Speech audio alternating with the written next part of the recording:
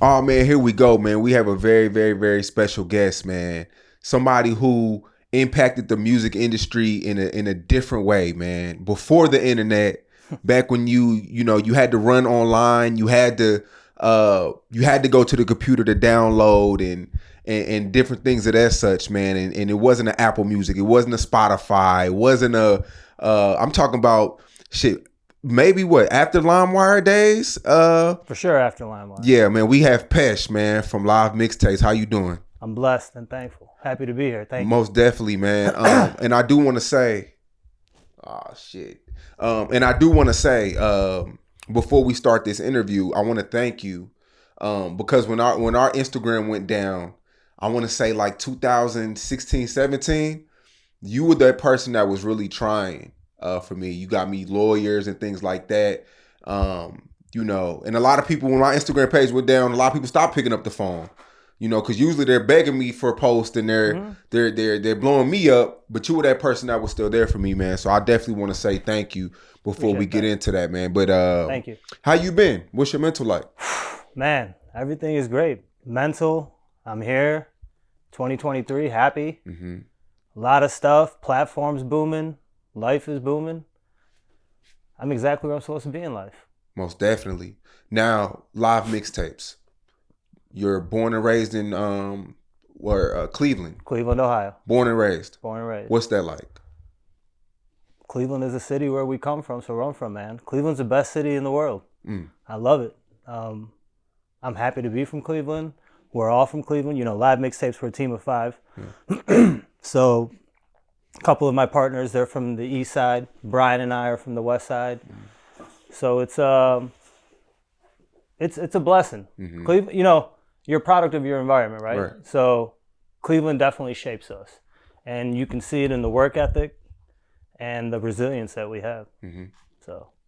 So growing up in Cleveland, what was that like? I mean, because the outside looking in, you think of Bone Thugs and Harmony, you think of LeBron, you think of drugs, crime. But what was that like for you?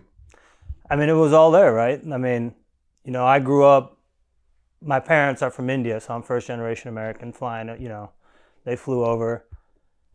I'm out here, I'm getting it done. I went to a Catholic school, went to a public school for high school. So it's always been around there. And I think, I was just telling D about it or he was saying that, if you make one wrong turn, it could be a tragedy. And I think that's anywhere, right? I think in Cleveland, it's definitely amplified. But again, you're a product of your environment. Mm-hmm. I think if you know how to move, I don't think I've rubbed people the wrong way or whatever to be in that type of a situation. And we're in definitely situations, it's the rap world. Right. But before the rap world, growing up, I'm Indian too. So half the time hanging around with my Indian friends, doing Indian things. It is what it is, Yeah. You mentioned college. Yep. What did you graduate? I didn't graduate. You didn't? No. Cold turkey, just ain't for me? School wasn't for me. I was, just ever since when I was growing up, again, being Indian, and at that time taking like Adderall and stuff like that, it wasn't encouraged, right? So I could study, but every time I would start studying, I would think about like how to make money. So I used to DJ, for example. So every time I was trying to study for a class, I'm like, damn, man, I know I could just be throwing a killer party right now, putting together, a set, doing something. And I just wasn't really focused in school on my studies. Mm-hmm. And maybe I didn't know how to study, but it just wasn't for me. And I just knew that, I had street smarts. Mm-hmm. And I think that a degree is a piece of paper. It's definitely warranted, so I'm telling people to go get your degree. But at the same point, man, we're in America, so, this is the only country in the world where you can go to jail, you can be a felon, and you can get out and get back to it, but you just can't go work in corporate America. It's like, sweet, let's go. So get back, if you fall, get back up. Right. Drop out of college. What's next? Do you go get a job? College, man. So dropped out of college. I did some sales. Like I said, I was DJing, just trying to find my way. Then you progressed. I was doing some stuff. I was doing B2B and door-to-door sales for AT&T, running my own offices, employing people. So I did that here in Cleveland. Then we did it in Chicago, and just moved around with AT&T Uverse at that time. And then I was in 2010. But during this entire time, I'm always working on music, talking to artists. Machine Gun Kelly was coming up around that time, so working him or other artists and DJs in the city, just working on projects, management. And then I went to Columbus, and then I came back, and then Livemixtapes came into the picture. Wow. Okay, so you went to Columbus, came back, and do you and your friends, y'all just get together and put together a website? Yeah, so basically what happened, it's Daniel. First off, Daniel is the founder and president of Livemixtapes. Okay. Thomas, myself, Joey, Brian, team of 5. But Daniel, he's the one that put this thing together. He was always, so if we rewind back in 2006, DJ Joey Fingers. Mm-hmm. So he was actually running around DJing for an artist named Ray Cash, okay. Who's out of Cleveland. Yeah.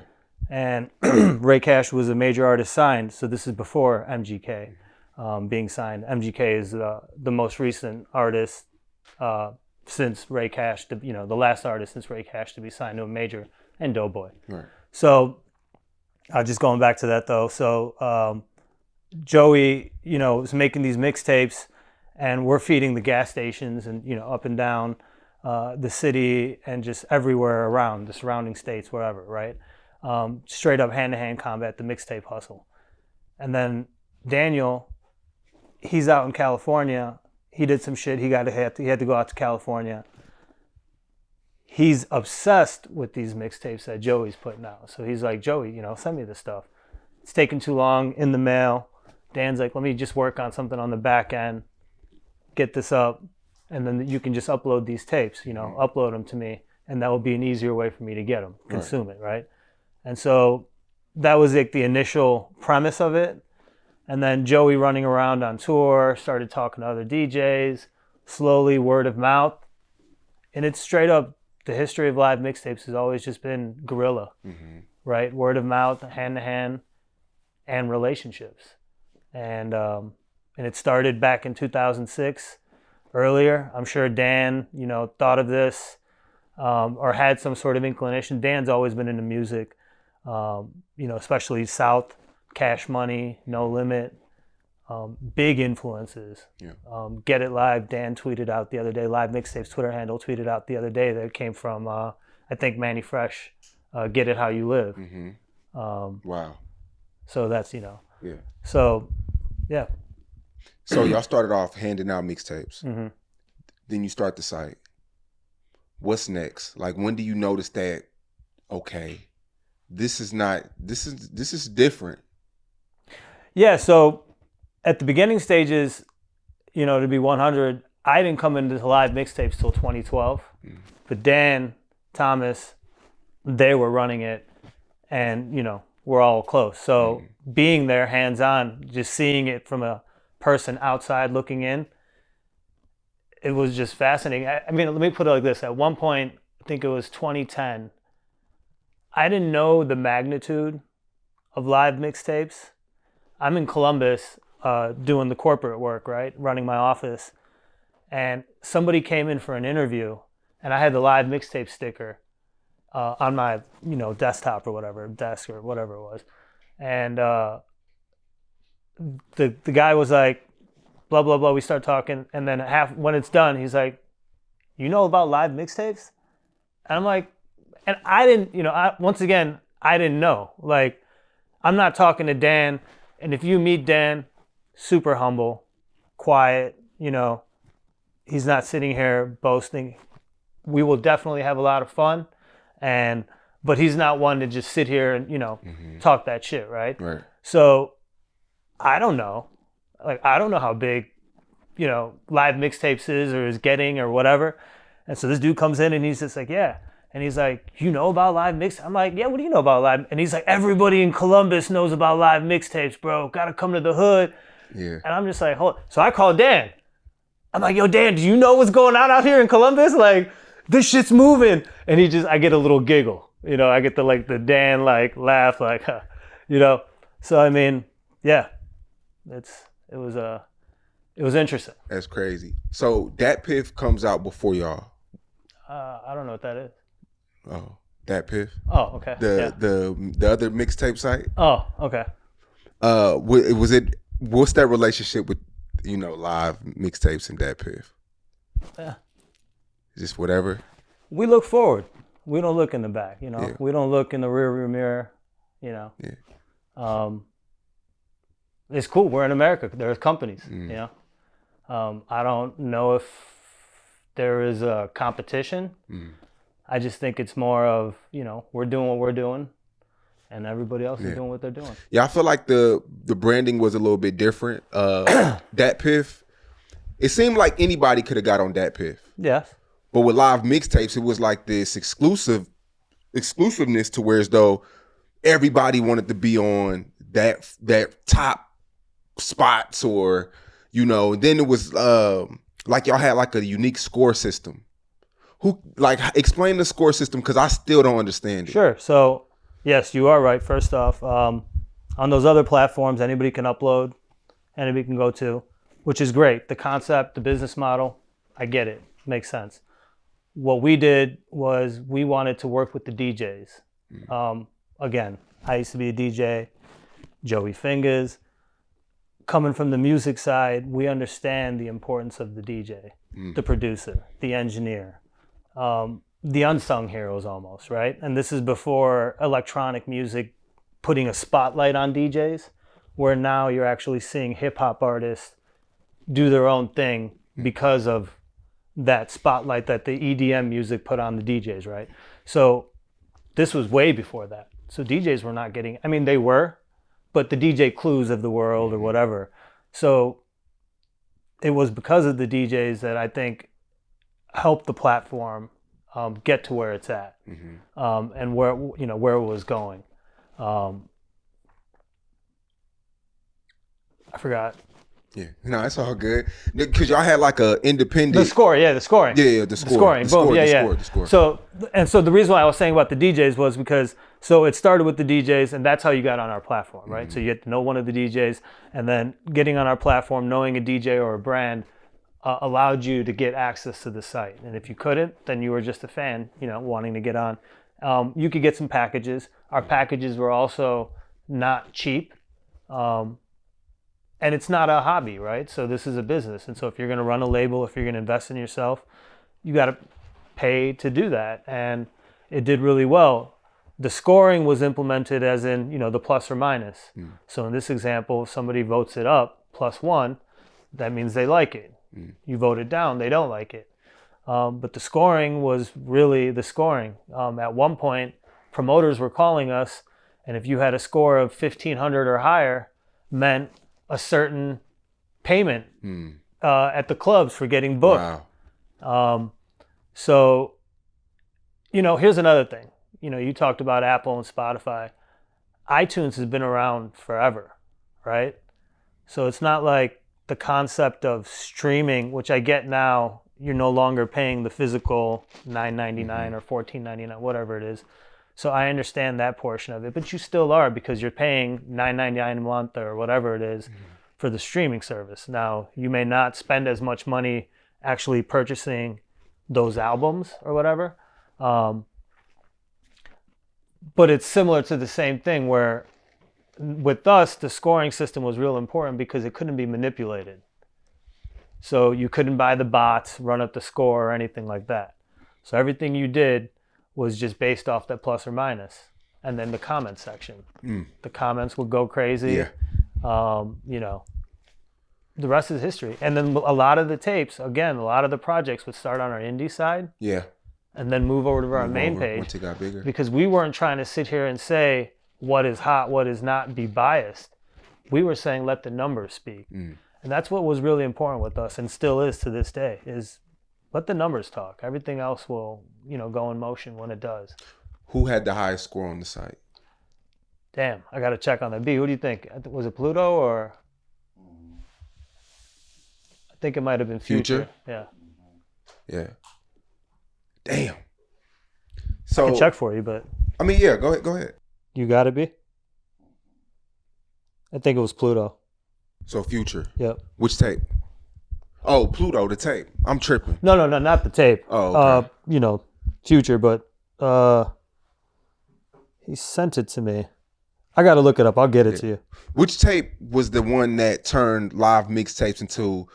I mean, I know you said that. In the Midwest it was doing this thing, bubbling, word of mouth, it was picking up. But what tape was that one, or what artist do you give a lot of credit to that helped live mixtape become what it was? I mean, we're just thankful for everybody. First off, I mean, but to put the timeline on it, 2006 Live Mixtapes was founded, came out. 2009 we did the countdown, background, and the anticipation for a mixtape. And when that happened, that really changed the game, the culture of it. Now you could download it. That happened in 2009 with Waka's Hard in the Paint project, right? Hosted by DJ Techniques. Yeah. So that might have been the birth of it. So, Gucci, Waka helped out Live Mixtapes as much as we helped them out, right? With their campaigns. 2 Chainz, Future. I can definitely say Pluto helped us out a whole bunch. 2 Chainz helped us out a whole bunch. There's countless artists. I mean, the name goes on. I don't want to sit here and say one person, because take Doe B and what Doe B did for Alabama. Yeah. Right. And what that meant. DJ Frank White, the artist that Bigga Rankin was working with and bringing them through from Florida.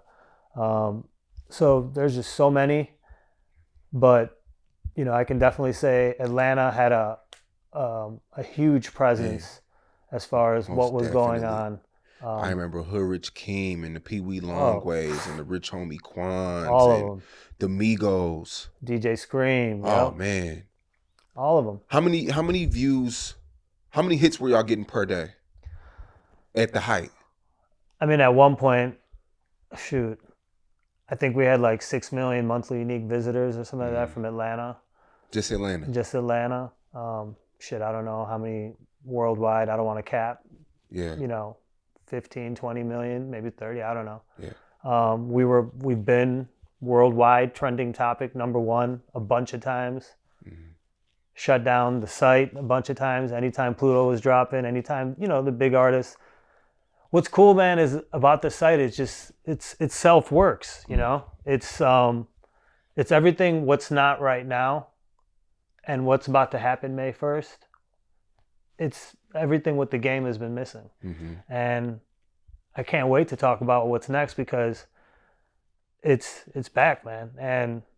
And we're gonna see it all over again with a bunch of new artists and the most successful artists. Purple Rain was the highest. Yep. Purple Rain. Yeah. Boom. Yeah. Now I do want to talk about the business side. I mean, because I know how ads work. How lucrative was live mixtapes, or is? I just saying was because in the mixtape era, right? But at the height, how lucrative was live mixtapes, and was it ad based? Could people pay to get on, or? Yeah, so you could definitely pay to get on. There weren't a lot of people paying, so that was there. And then from the ad side, it was lucrative. It was a business, right? So, but that's how we made our money. We didn't make our money on the front end. So it was a 2-way street, right? So the knock, let me put it like this. When Apple and Spotify came out, they came out and said, Sean, don't go to live mixtapes. They won't pay you out on streams, right? But what they didn't say is we won't help you build traffic, right? So our platform, we would provide the indie artists with built-in traffic because the major artists were dropping on our platform. So naturally, everybody gets seen in that pot. And when people are coming to our platform, Rich Homie Quan you brought up. Rich Homie Quan, indie side, his Still Going In, hosted by DJ Plug. And then I think Still Going In Part 2. And I think Still Going In had difference between me and you, and one more record. But that set it off. And we saw the numbers on the back end. It wasn't an opinion. It wasn't Plug calling us. I'm sure Plug called us and was like, yo, this is, you know what I mean? And everybody was, everybody has that, like the sales pitch of why. And again, it comes back to our relationships. Plug's not calling me every day saying, or calling Dan Thomas every day saying, hey, this guy's got next, this guy's got next. So when he's saying, look at Quan, we're looking at Quan. But then the numbers don't lie. When you're seeing those download numbers go up, the scores going up, the comment sections going crazy, it is what it is, right? So that's, I think, the power of live mixtapes. It's the community. And so to answer your question about who are we grateful for and the business aspect of it, was it lucrative? Is it lucrative? Yes, it's a business, right? So, and we've been doing this for 17 years. I don't got a side job or anything like that. So, I'm blessed. Right. We're all blessed and we're grateful for that. But also, we provided traffic and service, which right now, again, is missing. And this is why you're seeing music stagnant. And you're still seeing the biggest artists in the game from years ago. Yeah. Because right now, these major platforms, they can't, Apple and Spotify, I don't care how you slice it, they can't afford to sit here and highlight every artist that is sitting here rapping.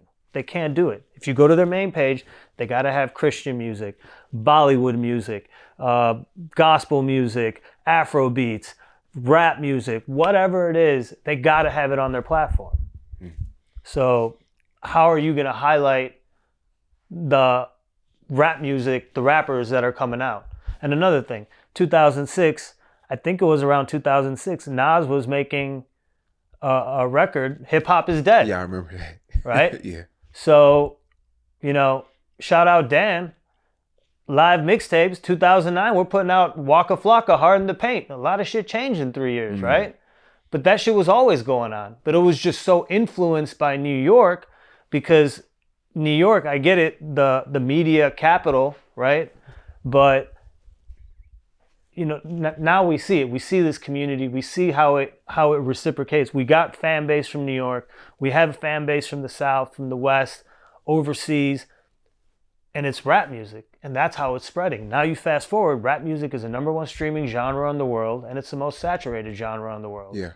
So again, these guys have that's the problem. There is no support on the campaign. I don't care if you're using an aggregator. I don't care if you're using DistroKid, TuneCore, or if you get signed by a major label. If you get signed by a major label, it's a nice vehicle. If you're using DistroKid or whatever, it might be a starter vehicle. But all those cars, SUVs, whatever you want to imagine in your head, they're taking you to the DSPs, Spotify, Apple, Tidal, YouTube, and now Live Mixtapes. It's funny you say that because today I tweeted and I said, damn, I would like to see NBA YoungBoy rap on old school beats or old classic beats and just put it out as a mixtape. And that's like a lost art. You don't really see the popping rappers, do mixtapes anymore. How do you feel about, what do you have to say to a lot of artists now? Because they think that, like you said, the DSPs, they think that's it. Everything now is based off money. They don't want to just put music out there no more and build that leverage to get where they want to go. So I was going to save this part for, I guess what's coming, but I'll just kind of get into it right now. It's back, and the culture's back, meaning we changed the game again. Live mixtapes changed the game again. We pivoted from being a mixtape platform to the first ever streaming and distribution platform. There are other streaming and distribution companies out there, but not a platform like us, where we've got the built-in traffic and we're going to focus it, like we've always done, on hip-hop and rap music, R&B, right? So now these campaigns are going to get back to being built because now we're paying you out on the streams. We're going to handle your distribution. It's the same terms as a normal distribution agreement. We're going to put it out. And the best part, I'll catch you on this one, we're going to pay out the highest in the industry. And you still get paid from Apple, Spotify, Tidal, YouTube, and wherever else. But now you're going to get paid out from us, and you're going to get paid out the highest, and we're going to provide you traffic. And we've been doing this. We did this so for the last year. Since 2021, we pivoted from we pivoted from the mixtape platform to the streaming and distribution. We distributed about 200 projects. Out of the 200 projects, about 10 had active motion, like they're doing well, right? The other 190, they made more money using our platform than they ever have using any other company. And again, because we're providing traffic, they have their own traffic. Spotify just put out that stat that 99% have less than 100 streams. It's that 1% that's earning all the streaming money. And Sean, you and I both know that majority of these indie artists, they're not earning off of the streaming money if you're signed, because that gets all eaten up by the recoupment. The budget, all that. So majority of these people that say that they're streaming and doing really well, they might be, but not really. And what's missing is that show money, that moving around, going club to club. It's still there. Don't get me wrong. It's not like it used to be. Not like it used to be but it's coming back. You go on Instagram, you don't see no flyers and party flyers and club flyers no more. And it's coming back though. It's coming back now because the work is there. And that's what happened was these DSPs removed the DJs. I don't know how to slice it, but it's a pie. And as much as you need a rapper or an artist, you need the producer, you need the engineer, you need the DJ, you need the manager, whatever. You need the team, you know what I mean? Yeah. And so you can't just remove one thing and expect it to work. And I think that we provided that equal support with that traffic. I think that's real. A lot of DJs nowadays, the job is it's obsolete. They became producers. A lot of them are managers now.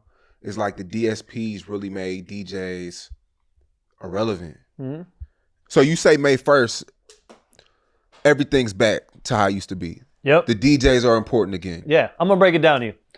Splits, 90-10, 90 the artist, 10% us. You get a DJ on your project to host it. In this example, you get DJ Keem.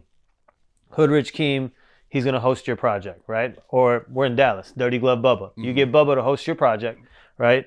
On live mixtapes, we're going to pay the DJ out of our 10%. We're going to pay the DJ 5% for hosting your tape and giving you a push out of our end because it's going to help the project. It's going to help it. That's just the bottom line. So the DJ is going to eat. The DJ is going to still use the compilations, drop the compilations.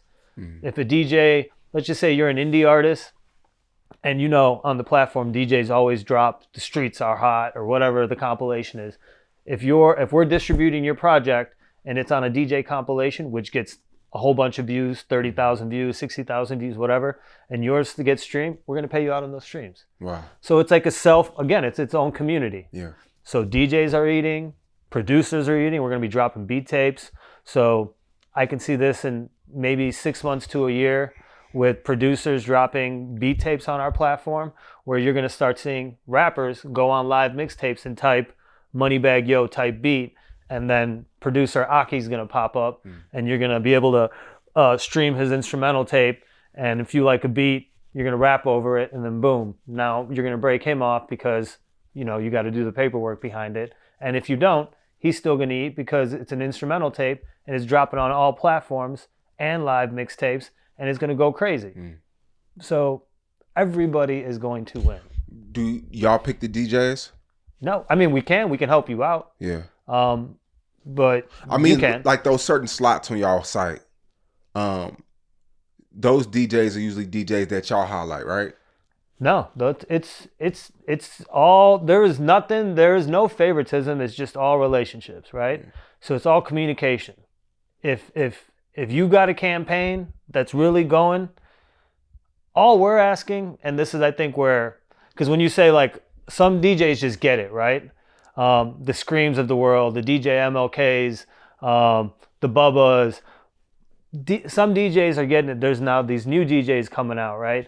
Where they're getting it. They understand how to, they're doing the best parties or whatever is going on. And I think, again, it just comes back to numbers. Mm-hmm. So if you're going to hit me up and say, such and such is doing this and that, in Dallas, I'm going to call up and be like, well, shit, I'm going to call up Sean and be like, yo, Sean, have you heard about this kid? Oh, you haven't? Oh, okay, cool. Then I'm going to call up Bubba. Bubba, you heard about that? I'm going to call up my resources in the specific city and verify it, right? But any DJ, but just take it seriously. Mm-hmm. You know what I'm saying? Like, this isn't, we're not trying to, sit here and have the same compilations, the same future song that everybody else has. Pride yourself in working with the artist, developing an artist, getting in the studio, getting behind the campaign. We're not asking an artist just to put a DJ on, just to put a DJ on. Don't do that. Mm-hmm. Get somebody that's going to really get behind this campaign. Like, I don't know what these kids do, but I'm sure they're going to these parties, right? I'm sure these kids are playing somebody's got to be breaking records somewhere. Yeah. Right? So dope. Find that person. That's dope. Do you think people are programmed now? What I mean by that is now you have YouTube where you can go listen to it for free. Then you got the DSPs. Tidal pays everybody the most out of the DSPs, but people still don't fuck with Tidal. What do you have to... We pay higher than Tidal. Wow. We're the highest in the industry. Wow. Yeah. But people still don't... It's like people don't care about the money. They go where they go. You know what I'm saying? What are you going to do? Like, what are y'all going to do to bring people over regardless of the pay? Because it seems like people are like, fuck, okay, Tidal, y'all pay the most, but I'm still going to go over here. Yeah, but that's the thing. Tidal, you can't go to Tidal. It just goes to Tidal. Tidal is an end game. It's the parking lot of the music. You see what I'm saying? You can't go to Apple. You can't go. I think Spotify is trying to do Spotify Direct, but you can't go to these platforms, right? You have to use what they call an aggregator. An aggregator is either the distribution company or a major label. And that's why I was doing that analogy of the car, because they're going to take you to the parking spot of Tidal and all those. Got you. And now you're going to include live mixtapes into that conversation.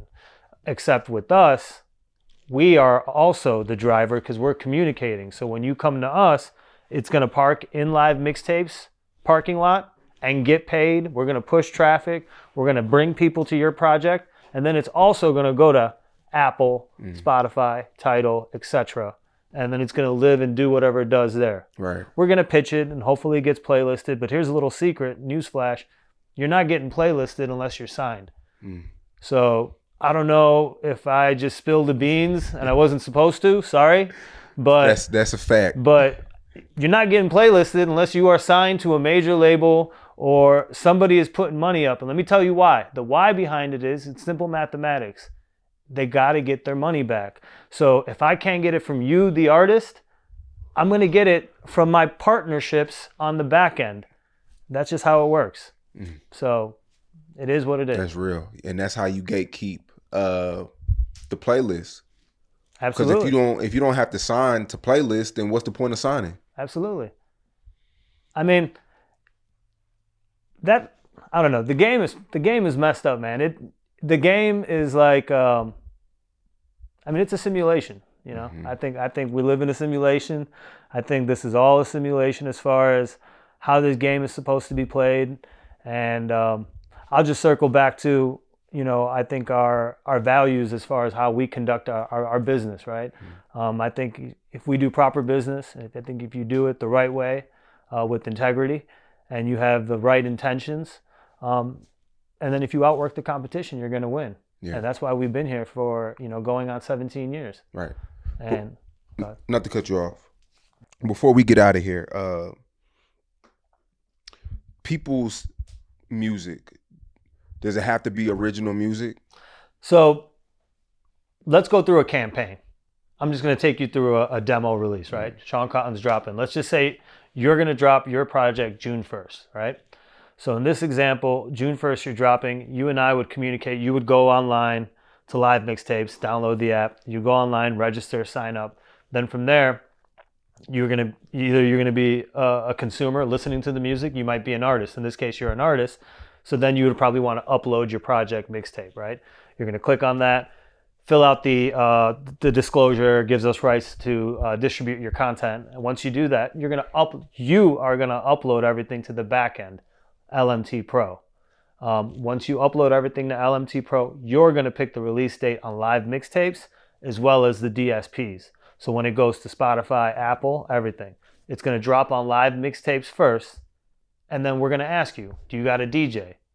At that point, yes, no. If you do, upload the DJ version, upload the no DJ version, WAV files, and then again, pick the release date, and then it drops. Now, in this example of June 1st, 24 to 48 hours to 72 hours, depending on the project, the traction, everything else, the content, the promo you guys are running, we're going to run the countdown on the main page, give it a full push. That's hard. Unreleased section, right? So then the DJ version drops, in this example, 12 p.m. June 1st. Midnight on June 1st, it's going to go on all the DSPs. Mm-hmm. The no DJ version would. That's why we encourage you to have the DJ version for Livemixtapes. Right. If your fans don't like the DJ talking, then go stream it on Apple, Spotify, and the DSPs. And then that's how that works. And then if you have content as far as videos or whatever, you send it to us. We'll upload it to the platform. We're paying out every 30 days. We're paying out the highest in the industry. It's non-exclusive, meaning we don't believe in putting artists in any sort of recoupment. So we're not going to sit here and give an advance. Instead of giving you an advance, we're going to push traffic, and we'll even help with the marketing budget.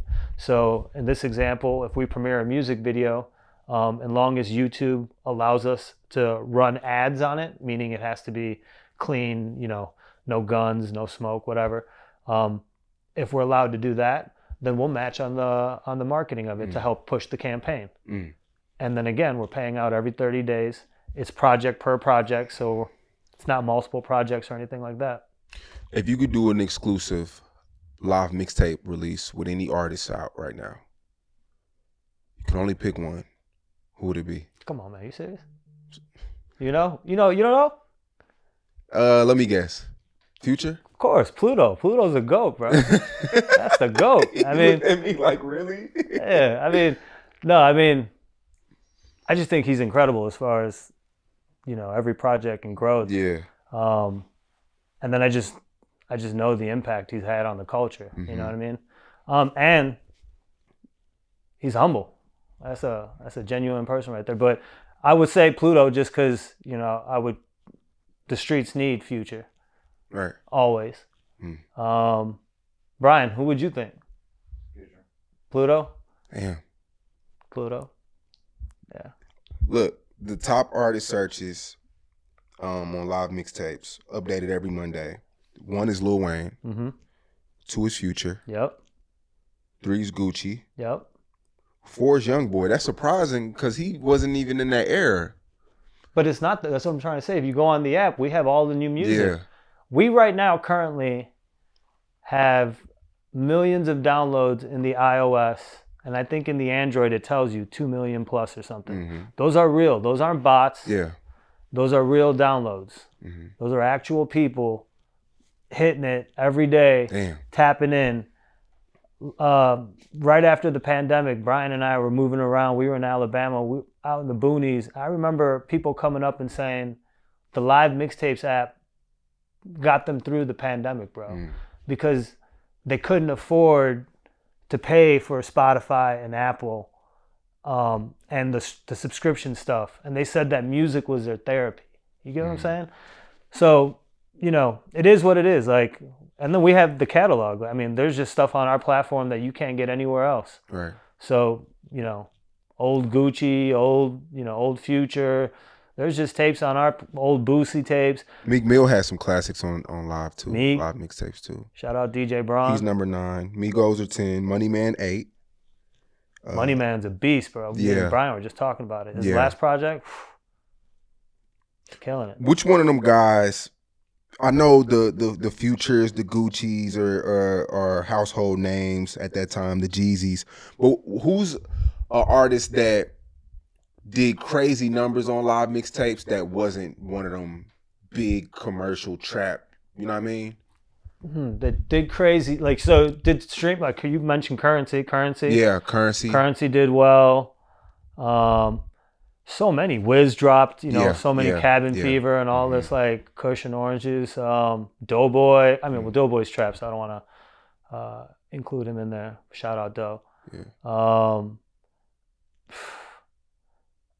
I can't think off top. Was there ever a time where when the site crashed and y'all five were just, like, stressed out?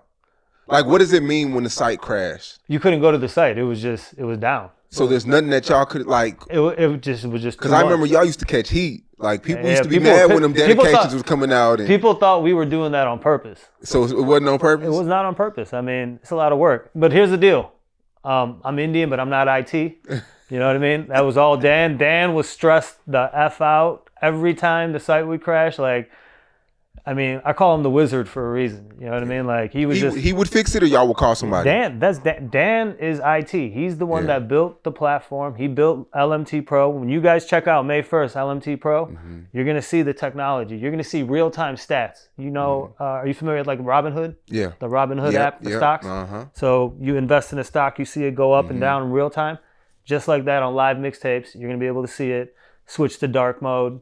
Podcasts, we're going to cover podcasts. You're going to see Say Cheese on there. Yep. So all that's Dan, not me. Damn. Yeah. He's the GOAT. Dan is the GOAT, man. Dan is the GOAT. Before we get out of here, is there anything else you want to let off your chest? I know you said May 1st is a big day, and it's crazy. Today I was on Twitter, and people are tweeting about it. People are saying live mixtapes is back. I did my homework today looking through, what people are saying on Twitter. People are saying live mixtapes is back. Hey, man, it's a blessing. We've been here. I'm going to say, when they say, I think it's Act 2, I think before was the introduction. We learned what we were supposed to be doing the first 17 years. And now we know how to move. We know what to do. We know what to provide to these artists, the big artists. So the Plutos of the world, they're coming back too. So it's not like they're not coming back. Right? After a while, all you're going to be able to do is just put more money there. But you can't keep on throwing money at a situation, right? Like, if the situation, if there's no motion, more money is not going to help the situation out, right? So they're going to come back, because right now, again, you tell me the artists that have motion, and then you tell me how they came out. And I promise you, it was probably they had some sort of campaign that started with live mixtapes, us, them, their campaign moving around the right way. And there you go. And that's where that history comes from. I mean, there's artists right now that are breaking and they're popping and they're doing well. But they're going to even come. Because again, it's going to go on all platforms. So let's take Future. If Future is getting... let's just say in this example, if he's already doing 1 million streams on Apple and Spotify, which he is, well, we've got built-in traffic. So if he's already going to do 1 million on those platforms, we're going to push 1 million views. So his 1 million plus our 1 million means 2 million. And we're going to pay you out on that 2 million. And not only are we going to pay you out, we're going to pay you out the highest again. Yeah. So have any billionaires tried to buy live mixtapes from y'all? I think coming soon. I think partnership, or y'all just outright sell it? Can't answer that. I know how business goes.